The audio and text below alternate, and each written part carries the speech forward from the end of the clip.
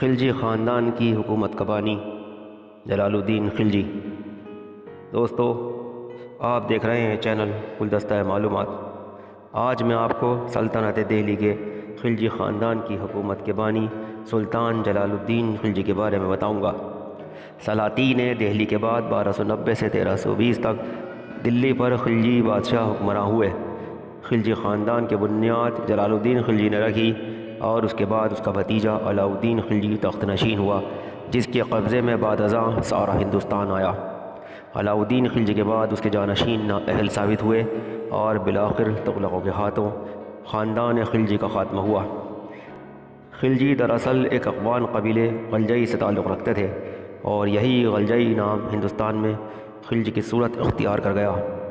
سلاطین خلجی میں جلال الدین فیروز خلجی کے علاوہ علاؤ الدین خلجی، شہاب الدین خلجی، عمر خان خلجی، قطب الدین مبارک شاہ خلجی سلطنت کے حکمراں ہوئے۔ جلال الدین خلجی بانی سلطنت جلال الدین خلجی خلجی خاندان کا پہلا سلطان تھا۔ تخت نشینی کے وقت اس کی عمر 70 سال تھی۔ فطرتاً وہ ایک رحم دل انسان تھا، یہی وجہ ہے کہ اس کے عہد میں بغاوتیں زور پکڑ گئیں۔ مغلوں نے بھی اس کے وقت میں حملے کیے تھے، لیکن ان کے حملوں کو پسپا کر دیا گیا تھا۔ کچھ مغل دہلی کے پاس ہی رہ گئے تھے اور اس جگہ کا نام منگول پورہ پڑ گیا تھا۔ اس کے عہد کا سب سے مشہور واقعہ دیوگری کا حملہ ہے۔ سلطان جلال الدین خلجی نے اپنے بھتیجے علاؤ الدین خلجی کو، جو اس کا داماد بھی تھا، صوبہ اودھ کا حاکم مقرر کیا۔ علاؤ الدین خلجی نے دکن میں واقع دیوگری کی دولت کا حال سن رکھا تھا۔ اس نے 1294 میں دیوگری کے راجہ رام چندر پر حملہ کر دیا۔ راجہ نے شکست کھائی اور بہت سا مال و زر اور ایلچ پور کا علاقہ علاؤ الدین خلجی کے حوالے کر دیا۔ علاؤ الدین مال و زر لے کر واپس لوٹ گیا۔ جلال الدین خلجی اپنے بھتیجے کی فتح کو سن کر بہت خوش ہوا، لیکن جلال الدین کے نرم رویے کی وجہ سے ریاست میں بغاوتوں نے سر اٹھانا شروع کر دیا، جس کی وجہ سے امراء میں بے چینی بڑھنے لگی اور انہوں نے علاؤ الدین خلجی کی حمایت شروع کر دی۔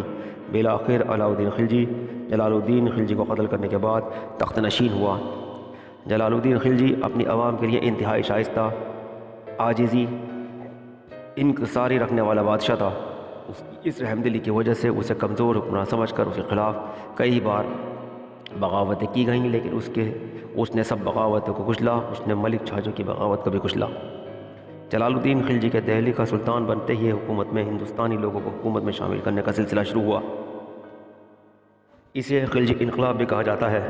علاؤ الدین خلجی نے اس کام کو آگے بڑھایا اور مقامی لوگوں کی حکومت میں شمولیت کے پیش نظر یہ نظریہ پیش کیا کہ صرف ترکوں کی حکومت اب نہیں رہ گئی تھی، بلکہ اب ہندوستانیوں کی بھی حکومت تھی۔ انتظام حکومت ہاتھ میں لینے کے بعد جلال الدین خلجی نے اپنے ساتھیوں کو خطابات اور اعزازات سے نوازا۔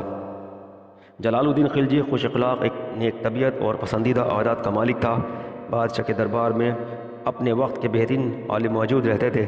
امیر خسرو بھی جلال الدین کے دربار سے وابستہ تھے۔ بادشاہ امیر خسرو کا بڑا قدردان تھا۔ سلطان کی بردباری اور رحم دلی کا یہ حال ہو گیا تھا کہ وہ اپنے دشمنوں کو بھی معاف کرنے لگا تھا، جس کے تحت بہت سے امراء اس کے خلاف سازشیں کرنے لگے کہ بادشاہ بوڑھا ہو گیا ہے اور اب حکومت کرنے کے قابل نہیں ہے۔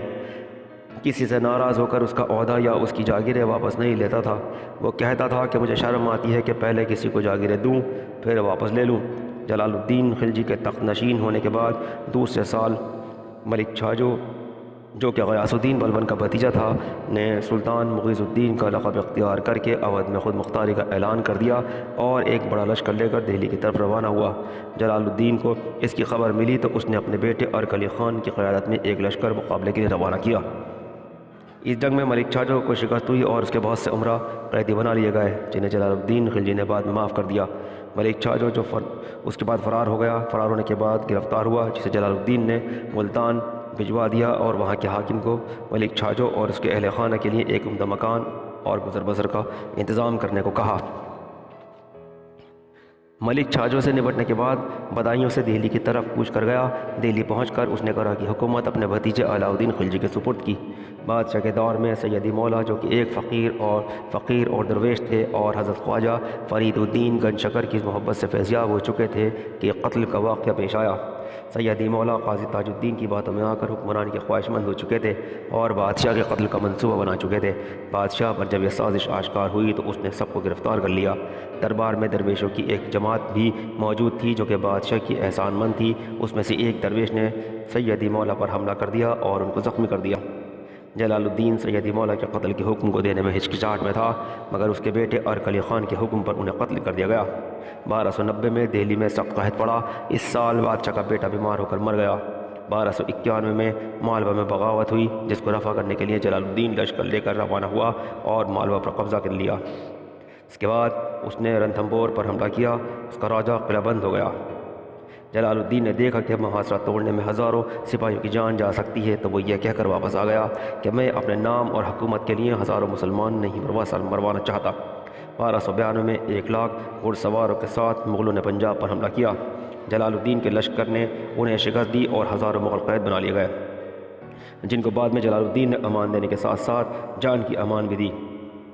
1293 میں علاؤ الدین نے جلال الدین کی اجازت سے کڑا کا سفر کیا۔ 1294 میں علاؤ الدین نے رام دیو کو شکست دی اور دیو گڑھ پر قبضہ کیا۔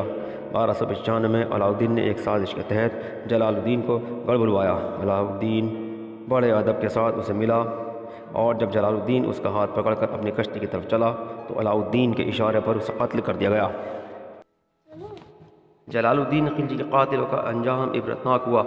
جس شخص نے پہلا وار کیا تھا وہ کچھ ماہ بعد جذام کا شکار ہو کر مرا اور دوسرا دیوانہ ہو گیا اور شہر بھر میں چلاتا پھرتا تھا کہ جلال الدین اسے قتل کرنے آ رہا ہے۔ اس طرح خلجی سلطنت کے بانی جلال الدین خلجی کا دور اقتدار کا اختتام ہوا اور علاؤ الدین خلجی تخت نشین ہوا۔ اسی کے ساتھ میں آپ کا دوست محمد ناصر اپنے چینل گلدستہ معلومات کے ساتھ اب آپ سے اجازت چاہتا ہوں۔ ویڈیو پسند آئی ہو تو اسے لائک کریں، شیئر کریں، سبسکرائب کریں۔ شکریہ۔ اللہ حافظ۔